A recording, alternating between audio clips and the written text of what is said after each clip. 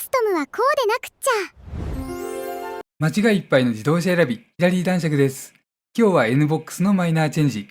前回のフィットに続いて、ホンダの本気が見える嬉しいマイナーチェンジです。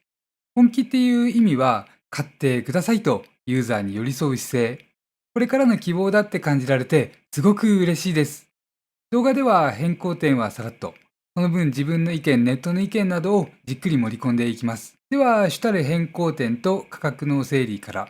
時期は2026年の7月17日。まず、スタンダードが177万円で、旧型比3万円アップ。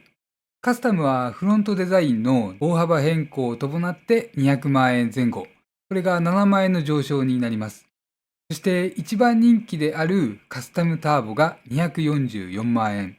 ジョイターボが246万円。ジョイには特別仕様車のジョイブラックスタイルが設定されました。でね、このジョイっていうのがどうなのかって思って調べてみると、選択される方が2割以上となっていまして、それなりに人気があるようです。ちなみに一番人気はカスタムターボのコーディネートスタイル。もう一番いいやつ持ってこいっていうノリですね。では次。今回の改良で大きく変更されるのがカスタムの内外装変化。まずカスタムがね、フロントマスクがメッキ化色を大幅に増やして、もう主張が強くてね、カスタムらしいでしょっていう感じの力強いデザインに変わります。内装ではインテリアのイルミネーション、いわゆるアンビエントライトが今までのアンバーからナイトブルーに変更されて、夜間のね、上質感がアップしていると思われます。映像として映っているのはマイナー前のアンバーのものです。あと、カスタムらしくないと、自分もちょっと口にしていたルームライトのお色。今までね、電球照明だったんですよね。でこれがカスタムらしくないなと思っていたら、やっぱり今回ね、ルームライトが LED のものに変わりました。あと、その他細かいところで言うと、USB チャージャーが追加されたりとか、運転席、助手席、裏側のね、シートバッグにアッパーポケット。仙台であったような上にちょっとスマホとかボールペン差しとけるようなポケットが追加されて、これらが変更点として挙げられます。カスタムの中でもカスタムターボになると244万円という価格になります。マイナー前と比べて30万円高くなりました。ナビが追加されて、その分ということです。9インチのホンダコネクトナビと、あと ETC2.0 がついてくる。でも、このね、標準装備となったナビ台を差し引いて考えると、カスタムの NA とターボの純粋な価格差は、マイナー前と比べて同じぐらい。多分20万円程度と考えていいと思います。あら、ナビ標準なのね。で、ここでね、一つちょっと穴を見つけちゃいまして、9インチナビは標準化されたんですけれども、360度モニターのマルチビューカメラ。これが7万円で別途メーカーオプション設定となっていました。ナビがついたからね、あと値段が30万円高いんだったら、ついてそうなものとかちょっと思っちゃったんですけれども、なんか調べると別らしくて、後でね、追加しにくい部品なので、これは事前に確認してみてください。で、次のコーナーいきます。次は Google ビルトインの長所と短所、そしてデリカミニと比較しながらこれを見ていきます。まず、Google ビルトインナビのメリットとデメリット。メリットは、車内で Google の機能が使える。Google マップを利用したリアルタイム情報とか渋滞情報をね。あと、緊急通報を含むホンダトータルケアプレミアム。この安心の機能が活用できる点。で、デメリットとしては、やっぱりコスト。毎月かかってくるお金というのが必要で、ホンダトータルケアプレミアムの月額550円。通信料として月額990円。で、もう一つデメリットとして挙げられるのが、システム。このナビのハードウェアが古くなった時に交換が難しいのと、あと、サブスクの値上げというのがね、今後あり得るかもしれないといったところが、懸念点として存在しています。この1540円という費用がね、内訳としてどうなってるかっていうのを業界の様子から推測してみます。この1540円のうち、内訳として考えられるのが、まず通信会社、データ通信料にかかる部分で700円。で、ホンダのプラットフォームの利用料というか、ホンダに払う分で600円。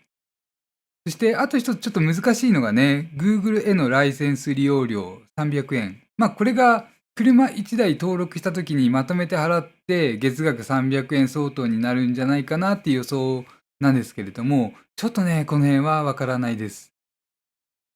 で、ここでちょっとライバルのデリカミニが面白い様子だったので取り上げています。デリカミニでね、ナビのついたグレードを買うと、Google ビルトインが10年間無料となっていました。これね、おーって思いました。おー、すごいねと。サブスクの余計な心配をしなくていいというのは、とってもね、精神的に楽。でもよく調べてみると、T プレミアムデリマルパッケージというね、一番いいグレードにそのパッケージオプションをつけた時だけに限られていました。お値段で言ったら274万円。NBOX のカスタムターボはナビついて244万円ですから、ちょうどね、30万円差がある。マルチビューカメラ7万円をもしつけたとしても250万円だから、25万円ぐらいの差ということになりますか。なかなか元は取れないかなと。気分的にはね、サブスクの方が負担が大きい。でも、金銭的にはサブスクの方が負担が少ない。ここがね、悩ましいポイントです。あとね、こういった値上げの時代ですから、インフレに伴って、ホンダのサブスクがいつ上がるかというのも、あるかもしれないといったところ。で、3つ目のコーナーいきます。カストムはこうでなくっちゃ。ホンダは本当に本気なのか、ヒットで見せた本気というのがね、NBOX でどう感じられたか。これ自分が勝手に思うところです。でもね、最近ホンダがね、すごく車を売るのに必死になってくれてるようで嬉しいんですよね。まずね、前回フィットのマイナーチェンジの動画を上げさせていただきまして、ホンダは大きな変化を見せてくれたと思っています。複雑だったグレード名を、Z をメインにしてトヨタの上級グレードと名前を合わせてきて、ホンダの方は中間グレードっていったところでね。で、価格装備も勝負できるように合わせてきた。さらに顔を変更して主張を強めて、あとはでも自分が嫌でしょうがないと言っていた2本スポークのステアリングを3本スポークにしてきてくれました。もうほんとね、英断だと思っている。メーカーがね、一回世の中に出したものを間違いだったって認めてるのと一緒で、これはね、プライドをプライドを曲げるというかね、プライドを捨てるみたいなもんなんですけれども、プライドがじゃあ何なのかっていうと、これイコールブランドイメージなんですよね。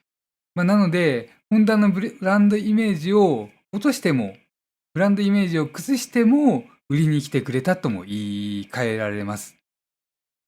もうほんとね、売ってあげるから買ってくださいっていう方向に、顧客に向き合って寄り添ってくる感じがありました。で、NBOX。NBOX も一緒です。もうほんとね、わかりやすい。カスタムのフロント周りを見ればね、もう一発でわかる。メッキを増やしたフロントフェイスで、もうメッキの占める割合イコールカスタムらしさって考えたらね、めちゃくちゃわかりやすい。もともとホンダっていうメーカーが、美学というかイメージとして感じられるのは上品で洗練、それから大人っぽいっていうイメージも強かったかな。CM とかも一部はっちゃけたのがあれば、すごく上品にね、アメリカの俳優さんとか使ってるものも多かった。でもね、実際にどうでしょう。軽自動車のカスタムを購入するユーザーが求めているのって、単なる上品というよりはね、もう存在感そのもの。で、それは年を重ねても年数が経っても、そうそう変わらないんじゃないかと。初めての車選びっていうのを思い出してみてください。乗り味なんかわからない。見た目だってもうフロントマスクだけ見てね、かっこいいかかっこ悪いかを判断する。そんな感じで、決めていた時期がありませんか？だからこそね、主張があって地味じゃなくて立派でいかついデザイン。もうこれが揃うとね、カスタム、そして大きな購入動機になるんじゃないかと思われます。実際に購入すればね、もう眺めているだけで満足感が満たされるかもしれない。で、ここからわかることが、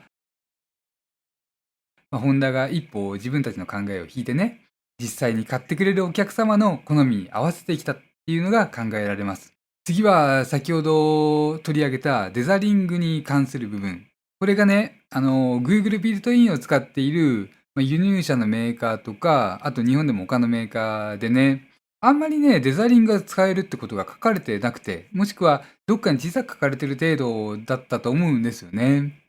そんなこともあって、なかなか知ってる人も少ないんじゃないかと思うんですけれども、ホンダの場合はね、Q&A のコーナーかどっかのところに、デザリングで使えば、月々の通信プランに入らなくて使えますよみたいな記述がありました。で、あとは、ホンダとトヨタが競い合ってくれたら、すごくね、未来が明るいんじゃないかってウキウキしてきます。経営が苦しくなったから、そのホンダがね、赤字でどうこう言われてるから、本気出したとかね、そんな言い方はしたくないんですけれども、ユーザーとしてね、もう純粋に嬉しい。車の値上げに歯止めがかかって、売ってあげますから買ってくださいに変わる可能性も十分に見えてきて、で、ホンダとトヨタが競い合って、値上げ圧力をぶっ飛ばして、もしくは値下げ方向に持っていってくれたらね、日本人がこれからも実際に買える自動車バトルっていうのが、繰り広げていってくれるんじゃないかなと思ってね、希望が見えます。じゃあ次のコーナーいきます。次はネットの反応に物申す。ということでね、今回は7つネットのコメントを拾ってきました。まずポジティブな方いきますね。最初は、やっぱりカスタムはこれぐらい派手じゃないとっていう意見。もう見た目の意見がこの顔について賛否両論ありましたけれども、これが一番多いですよね。で、自分の感想いきますね。フロントマスクに占めるメッキの割合ほど分かりやすいカスタムらしさはないと思っています。なので、この意見にはね、もう 100% 同意。なんといってもね、これこそがメーカーが今まで長年作り上げてきたカスタムらしさというイメージであって、我々ユーザーには植え付けられてきたと言ってもいい。で、実際に車を買わない外野からすると、アダルトのイメージになって落ち着いたカスタムがすごくいいとね、映えるかもしれない。でも、購入して、もう意味もなくね、車を眺める、そういうオーナー様の気分とか、カスタム好きにとってみると、やっぱりこの方がね、カスタムだと思います。今まで自分が見解を述べてきたことが明確に現れていて、もうほんとね、もう自分もこれカスタムらしさってどこにあるんだってことはもういつも触れていて、で、それをね、いい意味で覆してくれました。ホンダが自分の考えとか、ネット上の一部の意見を無視して、もう実際に買ってくださるお客様を重要視してくれていることがすごく嬉しいなと思います。で、次、ポジティブ反応の2つ目。もうデザイン一新されて所有欲が満たされるナビ標準化も嬉しいと。ナビ ETC スマートキーっていうのはもう大体誰でも装備する時代になってきていますので、当たり前じゃない人にとってはカスタムというね、高いグレードを選ばないかっていうところでね、そうすると良い商品改良と言ってもいいのかな。カスタムターボだけってことは、通常のカスタムを選んで、安いナビとかね、もしくは Amazon のディスプレイオーディオをつける方もいらっしゃるということにもなりますけどね。で、そういった観点で見ていくと、もう何でも標準にね、含めることが良いとは言い切れない部分もあると思います。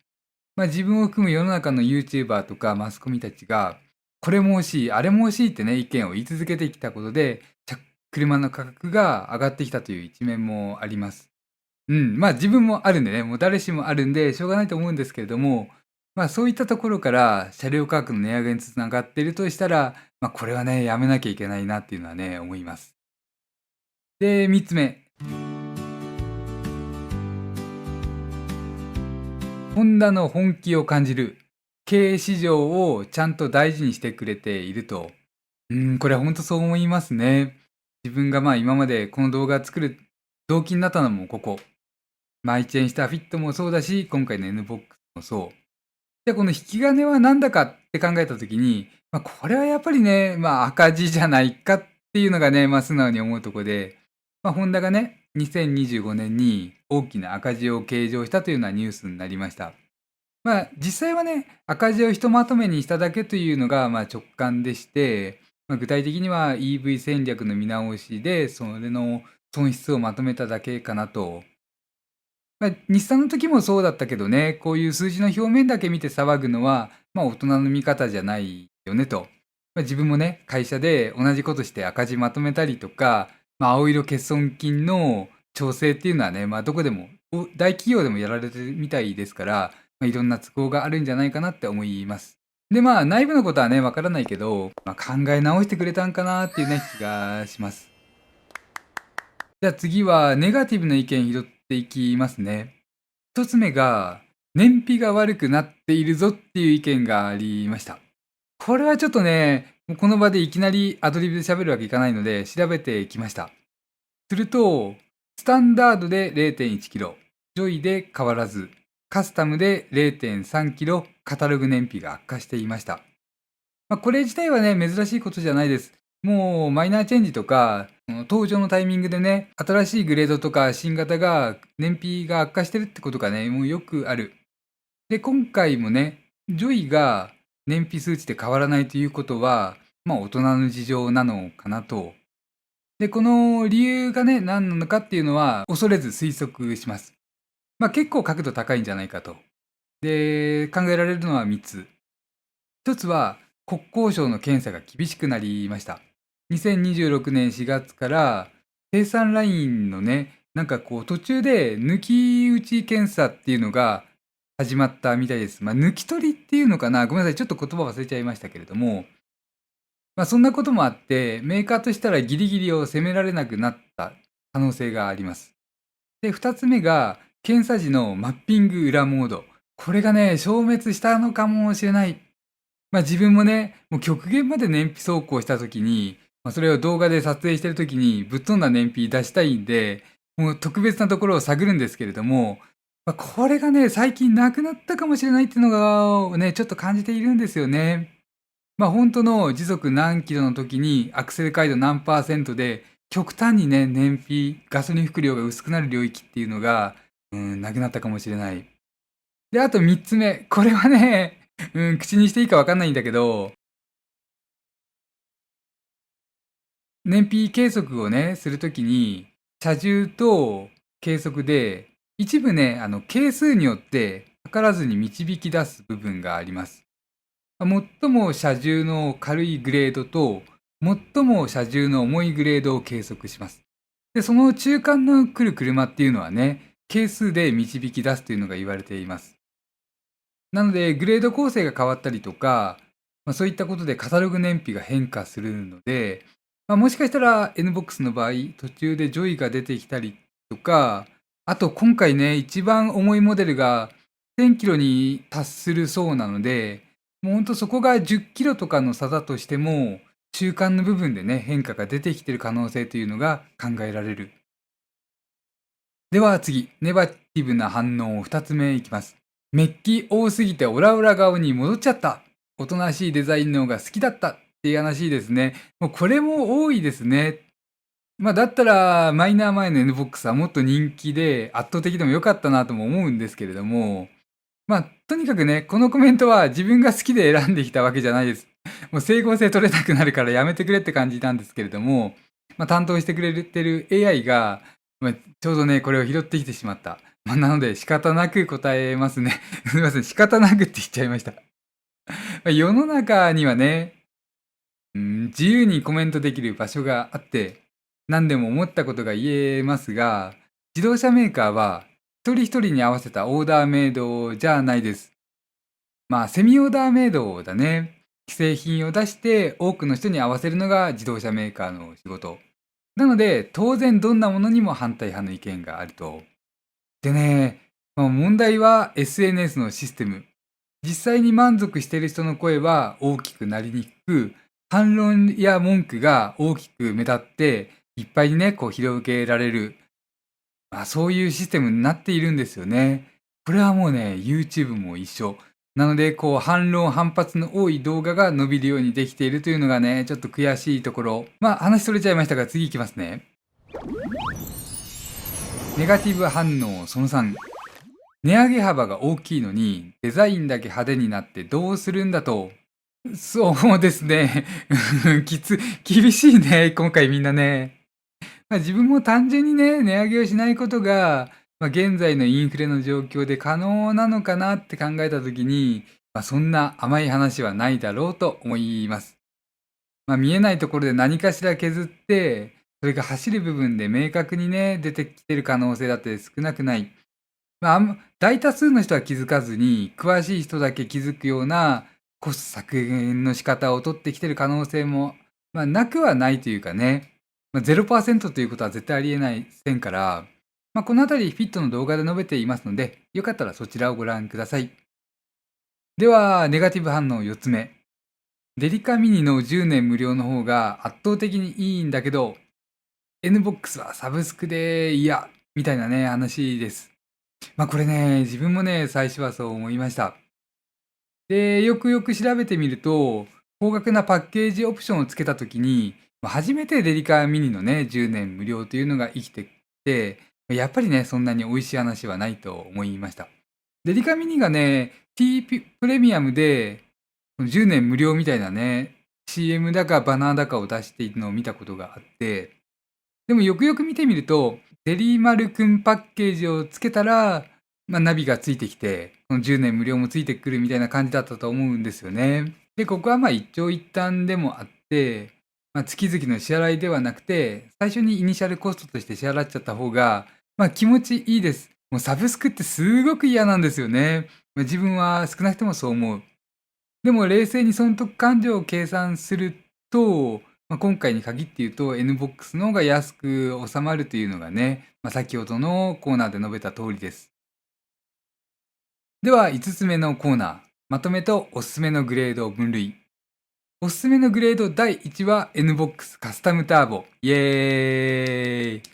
もうこれは人気そのままなんだけれどもね、もう自分が乗ってそのまま思った通り。もうこれがね、ちょっとやんちゃといえばやんちゃで、顔が変わる前もカスタムらしさが乗り味でありました。で、前席に座った時のね、乗り心地は、シートも効いているし、サスペンションもお金かかっていそうな感じで、フロントの動きがいいと。このあたり、ターボになるとね、その NA のカスタムとは変わってきますので、その分がちょっとね、ターボと NA でカスタムに差がある価格差の部分じゃないかなと思います。で、2つ目のおすすめは NBOX スタンダード。一番安いグレードです。これはね、後席に人を乗せることが多い人でコストを抑えたい人。今映像で映ってるこの黄色い車はファッションスタイルといって、一つ上になります。この見た目の違いとか無視してね、一番安いグレードがいいんじゃないかと。ただ、フロントシートはね、カスタムの方が質が高くて、上質で乗り心地がいいと感じやすいと自分は思っていて、逆にリアシートで言ったらスタンダードがいいと思っています。で、お値段の差がだいぶありますので、それだったら一番安いスタンダードでいいんじゃないかなということで、第2のおすすめにさせていただきました。ということで、よろしければチャンネル登録といいねボタンよろしくお願いします。間違いいっぱいの自動車選び、ヒラリー男爵でした。